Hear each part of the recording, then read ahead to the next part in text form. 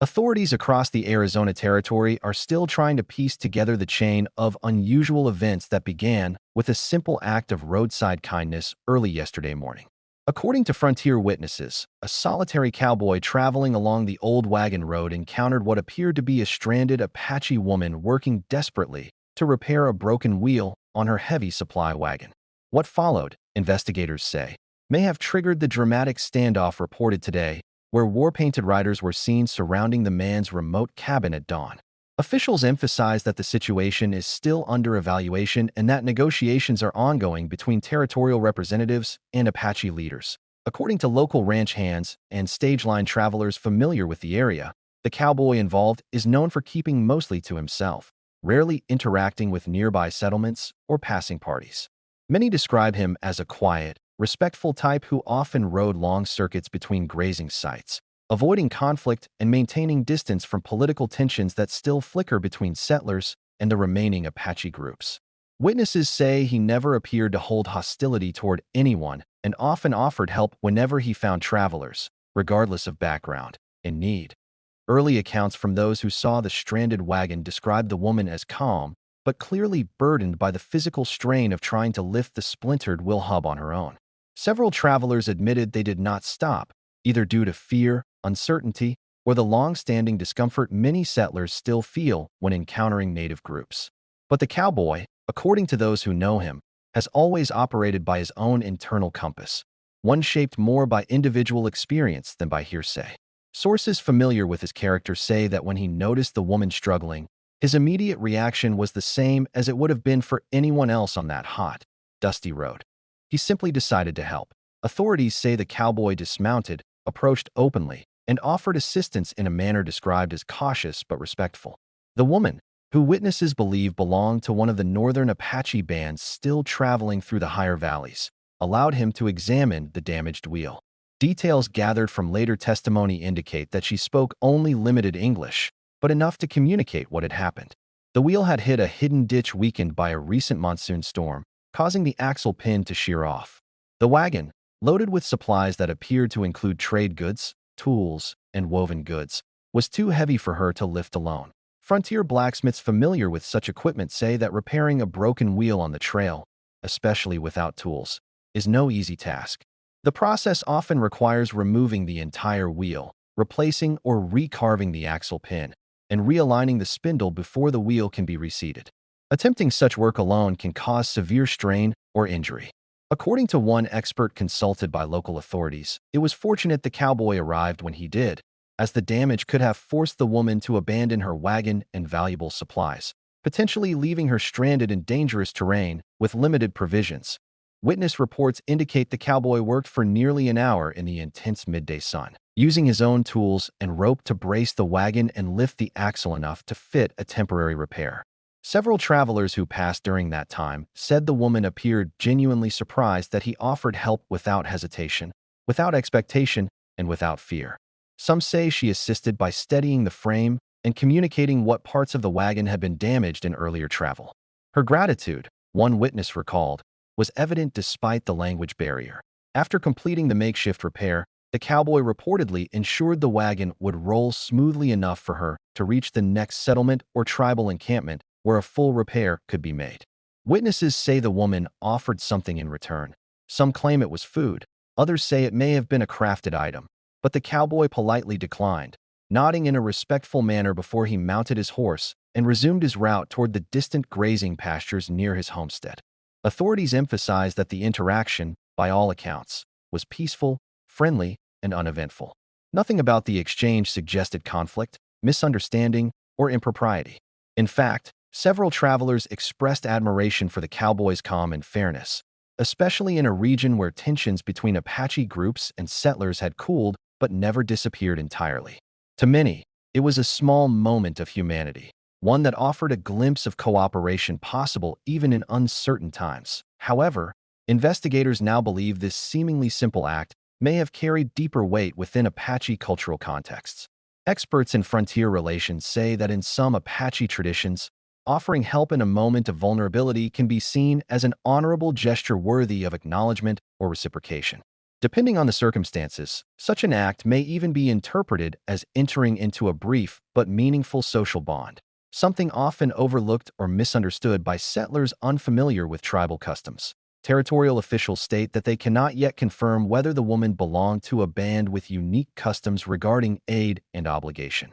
However, the fact that war-painted riders appeared around the cowboy's remote cabin the very next morning suggests the possibility that the woman's return to her people, combined with her retelling of the encounter, may have prompted a cultural response far different from what the cowboy expected. Some experts argue that the rider's presence may not indicate hostility, but could instead reflect a ceremonial or formal approach, one meant to honor an action or assess intentions. Neighbors near the cowboy's homestead, who saw the riders forming a silent ring around his cabin at daybreak, described the scene as tense but strangely orderly. None reported immediate aggression, firing of weapons, or any form of direct threat.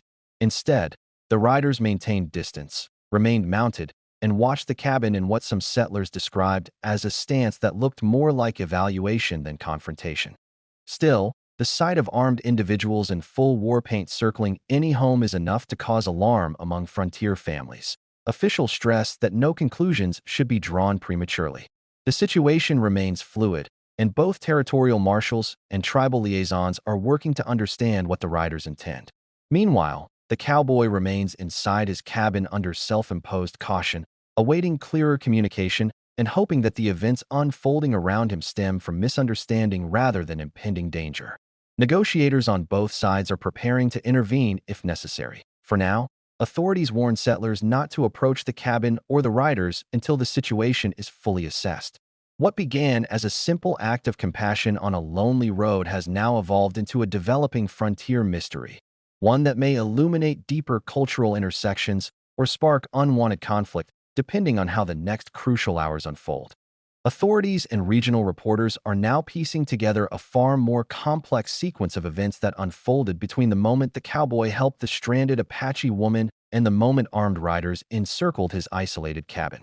While early reports framed the incident as a simple misunderstanding triggered by cultural tensions and territorial sensitivities, new information suggests the encounter had sparked a chain reaction that neither the cowboy nor the Apache woman could have anticipated.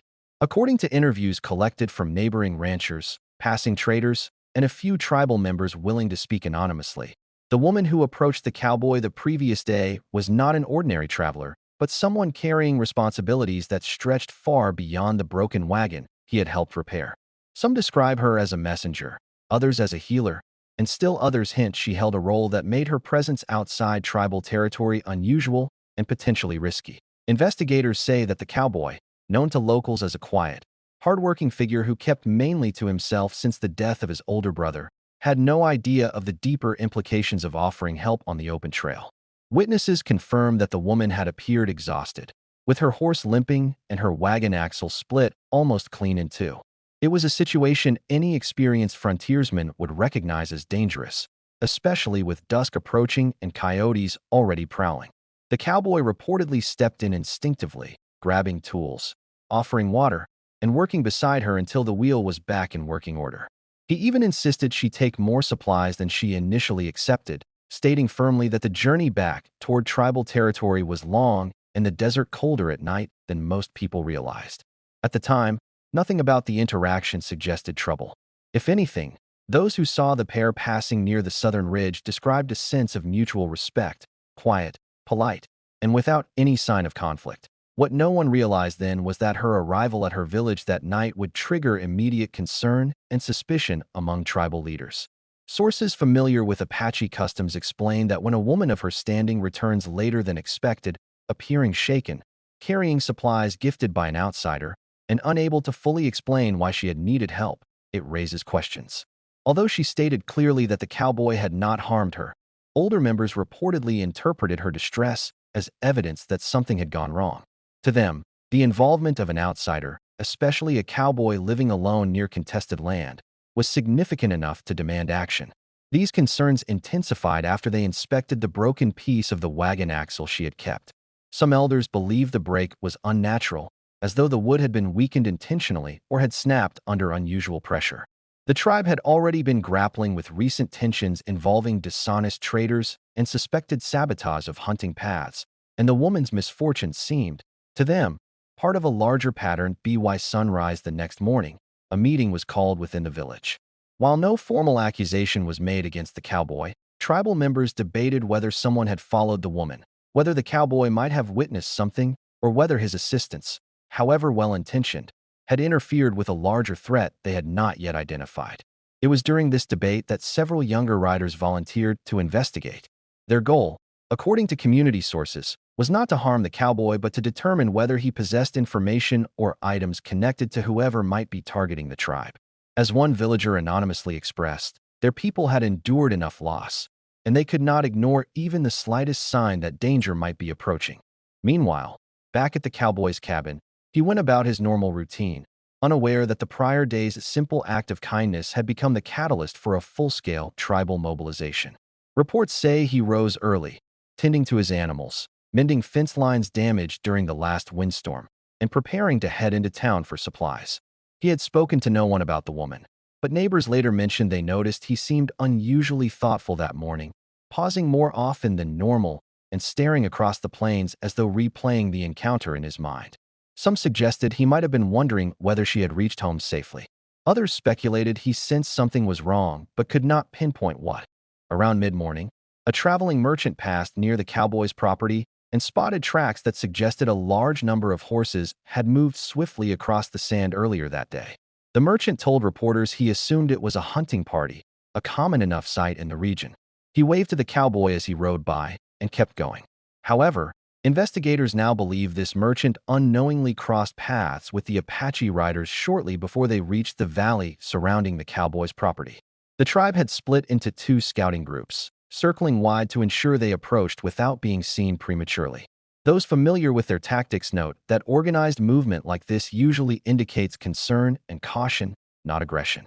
Their goal was to observe first, then decide whether speaking to the cowboy was necessary or whether their fears were unfounded.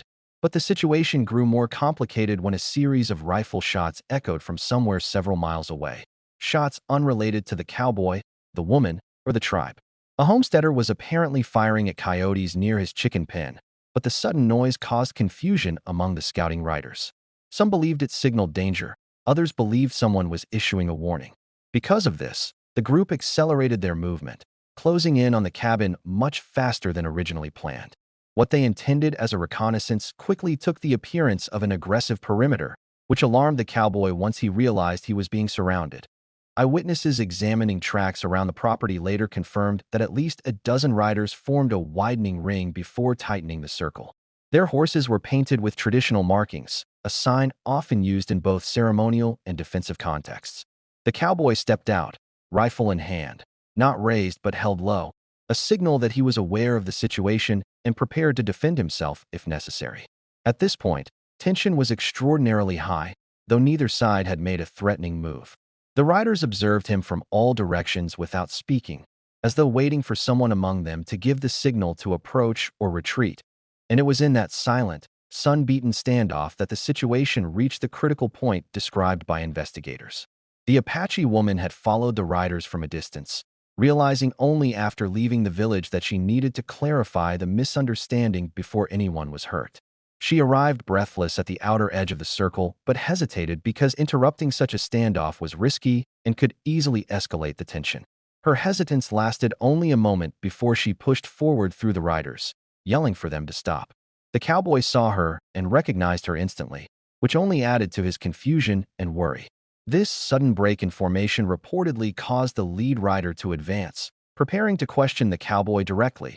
But before any words were exchanged, the woman explained, first in her language to the riders, then in broken English to the cowboy, that the tribe believed he might have been involved in a threat against them.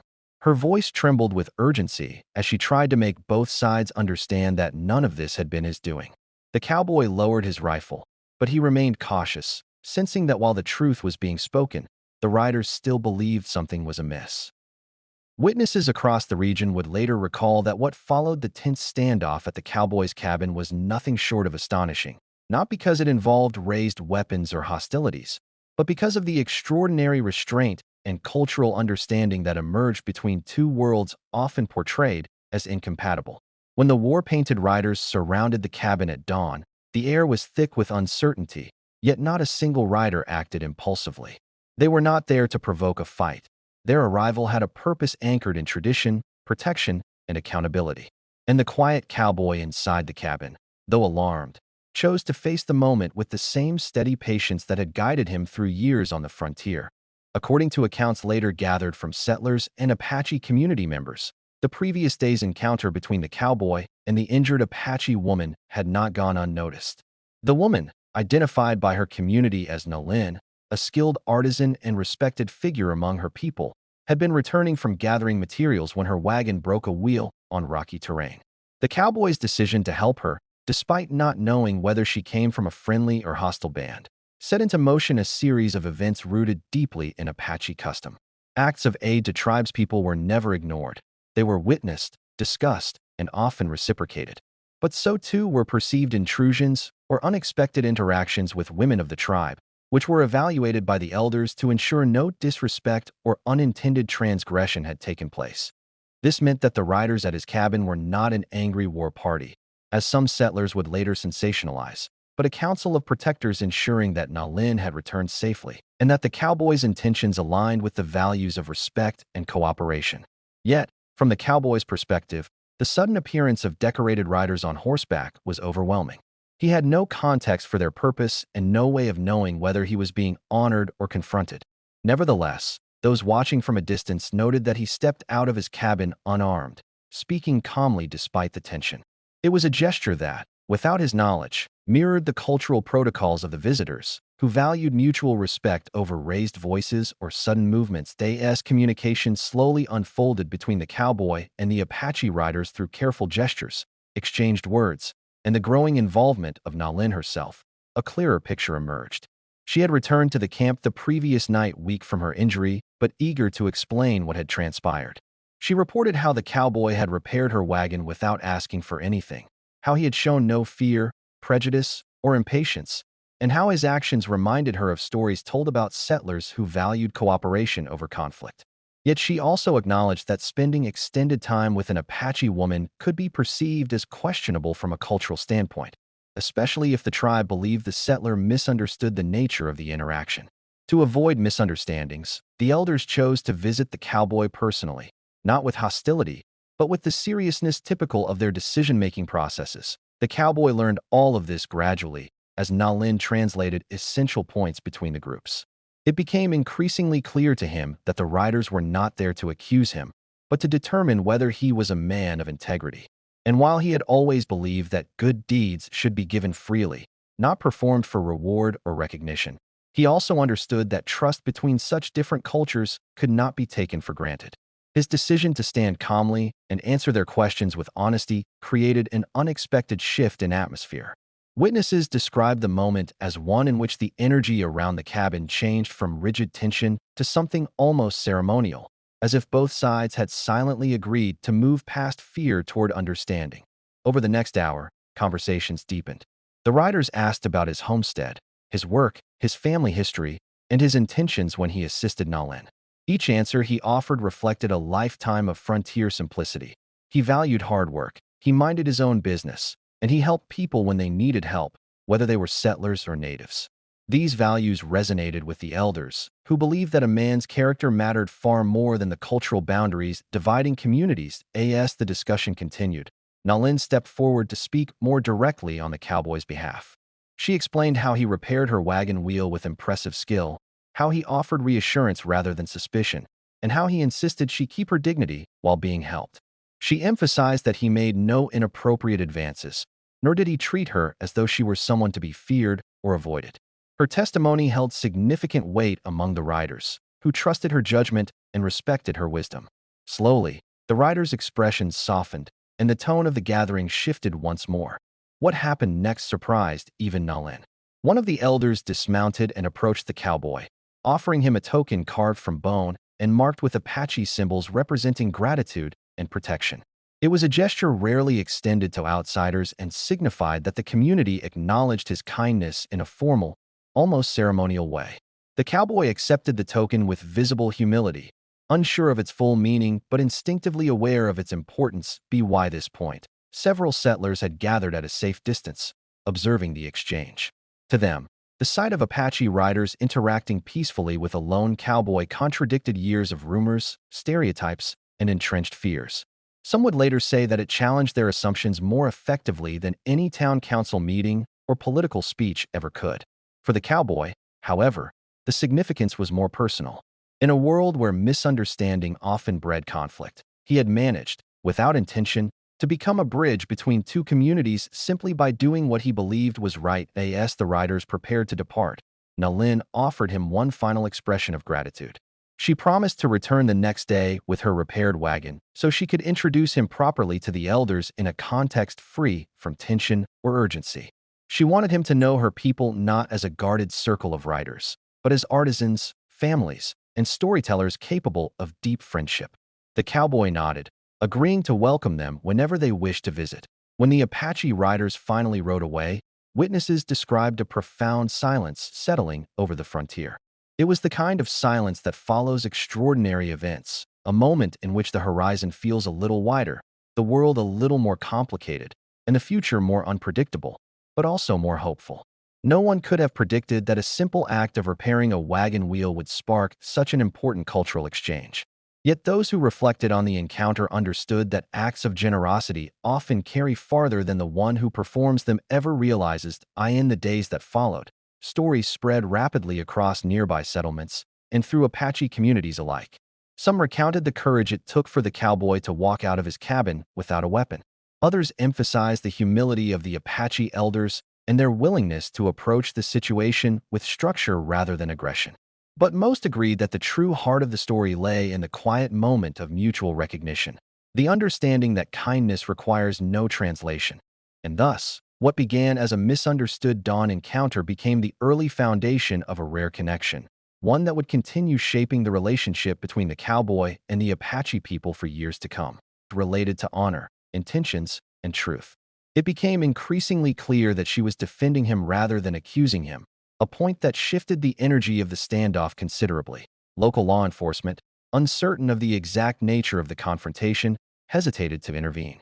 In statements released later, the sheriff's office admitted that rushing into an Apache-led situation without full information could have worsened. As the tense hours rolled on in the foothills, the situation surrounding the cowboy, the Apache woman he had helped, and the war paint riders who ringed his cabin became a developing story that local authorities and regional newspapers could no longer ignore.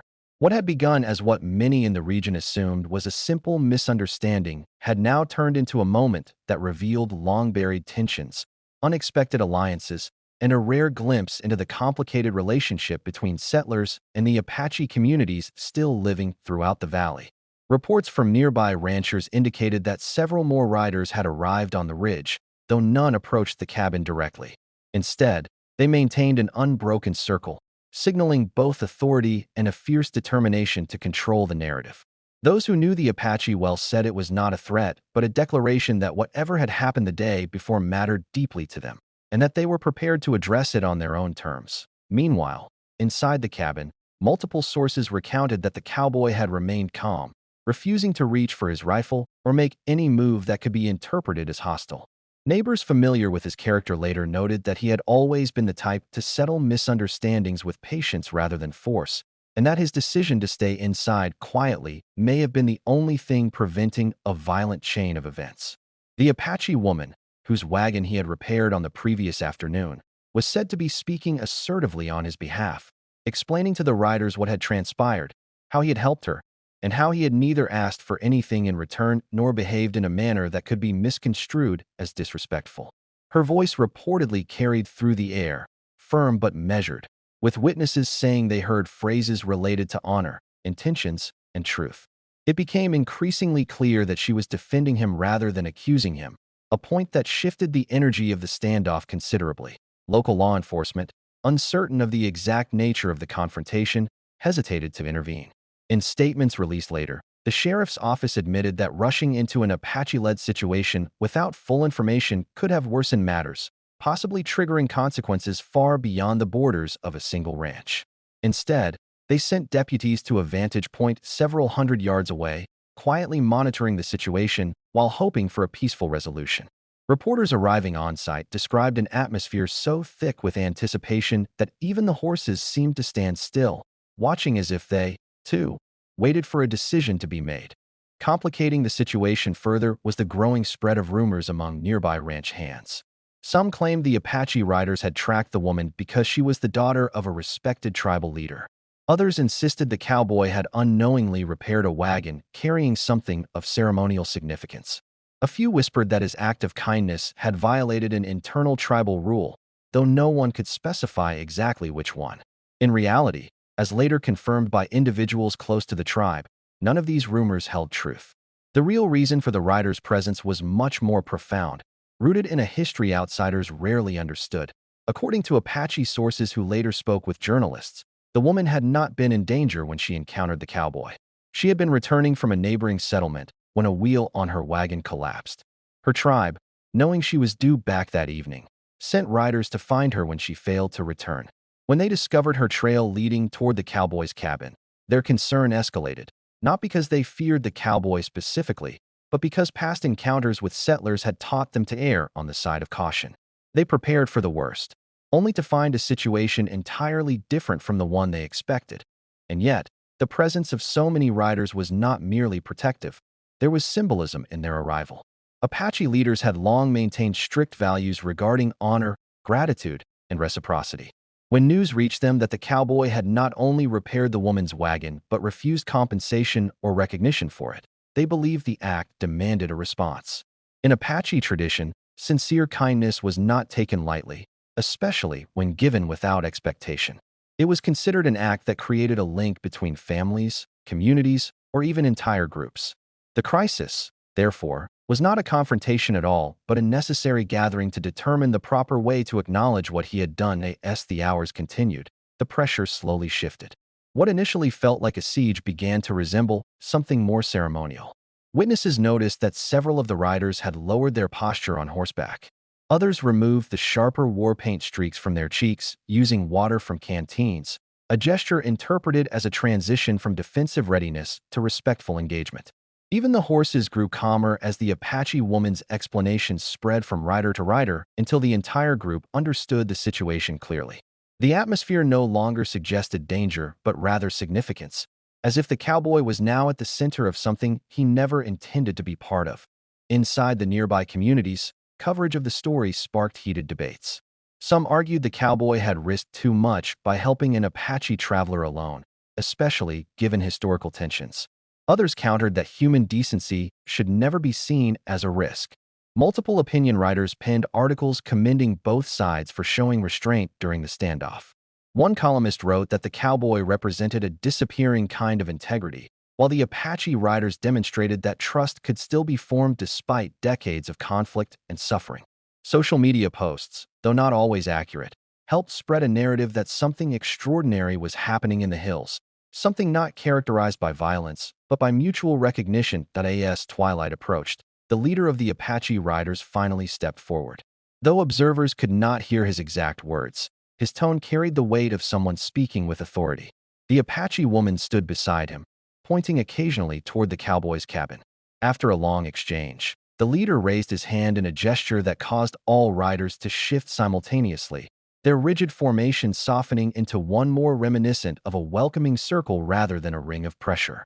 It was then that the cowboy stepped outside, his hands visible, his posture respectful, ready to listen. In that moment, both communities held their breath as the leader dismounted and approached him. Witnesses reported that the two men exchanged steady gazes before speaking. Though no audio captured the exchange, those close enough described the motions and expressions as calm, sincere, and unexpectedly warm. The leader placed a hand briefly on his chest, then extended it toward the cowboy, an unmistakable sign of recognition. For a people whose interactions with settlers had long been fraught with distrust, such a gesture was monumental. This act marked the turning point in the entire encounter. The riders slowly began to disperse, not in retreat, but in an orderly, almost ceremonial manner. The Apache woman remained with the cowboy, speaking quietly with him, explaining the meaning behind what had occurred. By the time night settled across the valley, what had begun as a feared conflict had transformed into a rare exchange of honor. Law enforcement stood down, the crowd drifted back to their homes, and the sun dipped behind the ridge. But one truth became clear, one that would repeat through newspapers in the days that followed. This was not the story of a near battle, but a story of respect earned through kindness, handled with dignity on both sides, and remembered long after the dust settled.